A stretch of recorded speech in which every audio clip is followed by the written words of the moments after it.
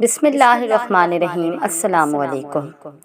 اپنوں کی ڈسے ہوئے انسان کی نظر بہت تیز ہو جاتی ہے، اسے سب دکھائی دیتا ہے۔ میٹھے لہجوں میں ڈوبی کرواہٹیں اور قہقہوں میں گونجتی ہوئی دھامی منافقتیں اور دلوں میں چھپی عداوتیں بھی ہوائیں موسموں کا رخ بدل دیتی ہیں اور دعائیں مصیبتوں کا مخلص شخص ہر بار خاموشی اختیار کر لیتا ہے، اسی لیے نہیں کہ وہ بزدل ہوتا ہے بلکہ اسی لیے کہ اسے اس کا ضمیر اجازت نہیں دیتا کہ وہ اپنوں کو انہی کے لہجوں میں جواب دے۔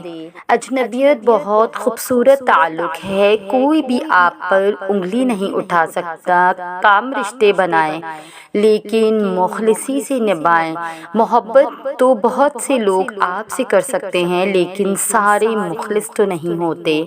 اگر انسان پر کوئی برا وقت آ جائے تو برے وقت کا ایک حل یہ بھی ہے کہ خاموشی اور صبر کے ساتھ اس کے گزرنے کا انتظار کریں۔ تو آج کی ہماری ویڈیو کا ٹاپک ہے، انسان کا اچھا وقت شروع ہونے سے پہلے یہ 5 نشانیاں ظاہر ہونے لگتی ہیں۔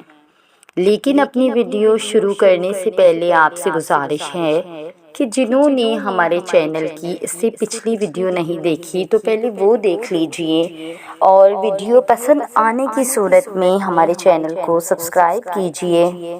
سب سے پہلی نشانی، اس سے جھوٹے رشتے ٹوٹنا شروع ہو جاتے ہیں جن کو وہ کبھی اپنا اور سگا مانا کرتا تھا۔ نشانی نمبر 2، اس پر نہ رکنے والی آزمائشیں آنا شروع ہو جاتی ہے۔ نشانی نمبر 3، اس کی دعاؤں کی قبولیت میں اللہ تھوڑا تاخیر کر دیتا ہے کیونکہ اللہ کو اس بندے کا مانگنا پسند آ جاتا ہے۔ نشانی نمبر 4، اس پر مشکلات آنا شروع ہو جاتی ہے۔ نشانی نمبر 5، اسے کسی نہ کسی بیماری میں مبتلا کیا جاتا ہے تاکہ اللہ تعالیٰ اس کے گناہوں کو بخش دے اور اللہ اسے جنت الفردوس میں جگہ عطا فرمائے۔ صبر کریں، ہر دیر مشکل آزمائش کے پیچھے خیر چھپی ہے۔ بے شک تو اللہ تعالیٰ کی دی ہوئی آزمائش بیماریوں کو اپنے لیے خیر سمجھ کے اس کے ختم ہو جانے کا انتظار کیجئے۔ سورہ یاسین فجر کی نماز کے بعد پڑھنے سے ہر حاجت پوری ہو جاتی ہے۔ بارش میں اتنی بوندیں نہیں برستی جتنی سورہ یاسین پڑھنے والے پر رحمتیں برستی ہیں۔ اگرچہ سورہ یاسین صبح فجر کی نماز کے بعد پڑھتے رہیے تو جب تک خود پر نہیں گزرتی احساس اور جذبات مذاق لگتے ہیں۔